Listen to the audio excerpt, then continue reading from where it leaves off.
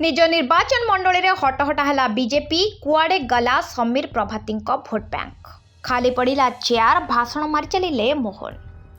क्षमता को आसवा पर भी लोकप्रिय हो पारि नाहांती बीजेपी नेता। बीजेपी को भोट देवा पर भी बीजेपी साधारण जनता मुह फेराउथिबा अनेक खबर सामना को आसुछि। केउठी निर्वाचन प्रतिश्रुति को नहीं तो आउ केउठी भत्ता बढ़ुनी। दरदाम वृद्धि को नहीं लोके बीजेपी उपर असंतोष थिबा देखिबा को मिलुछि। आउ एहा केउठी ना केउठी सत बोली प्रमाणित होइछि। तेबे थरे नजर पकांतु एही दृश्य उपरे। पिपिली निर्वाचन मंडली में खोद मुख्यमंत्री मोहन माझी मंचरे रही भाषण देउथिले, किंतु मुख्यमंत्री भाषण शुणिबाकू केही नथिले। खाली पुलिस को गहली रहिथिबा बेले चेयर गुड़िक खाली पड़िथिला, किंतु मुख्यमंत्री भाषण बंद हेबार ना धरु नथिला। एपरिक केउ स्थान से अछंती ताहा मध्य से भूली जाइथिले एवं परे पिपिली विधायक आश्रित पट्टनायक मोहन को स्थान संपर्क में कान रे आसी कहिथिले, किंतु मोहन को किछि फरक पड़ु नथिला।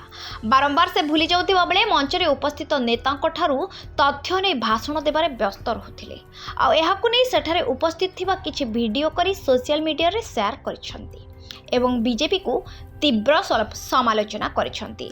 अन्यपटे पिपिली निर्वाचन मंडली में अनेक चर्चित चेहरा दबदबा रही। बीजेडी बीजेपी को आसुथिबा समीर दास, उपमुख्यमंत्री प्रभाती परिड़ा, आश्रित पट्टनायक एमानक पिपिली निर्वाचन मंडली में दबदबा रही आसी, किंतु सेठारे ही खोद बीजेपी मुख्यमंत्री को सम्मान मिलनी एवं बीजेपी जीतवा को नहीं संदेह सृष्टि होइछि। किपरि से एठारे विजय हेले एवं 10 दशंधि धरी चली आसीथिबा बीजेडी सरकार को पराजयर स्वाद चखाइले ताकु नहीं साधारण रे द्वंद्व सृष्टि होइछि।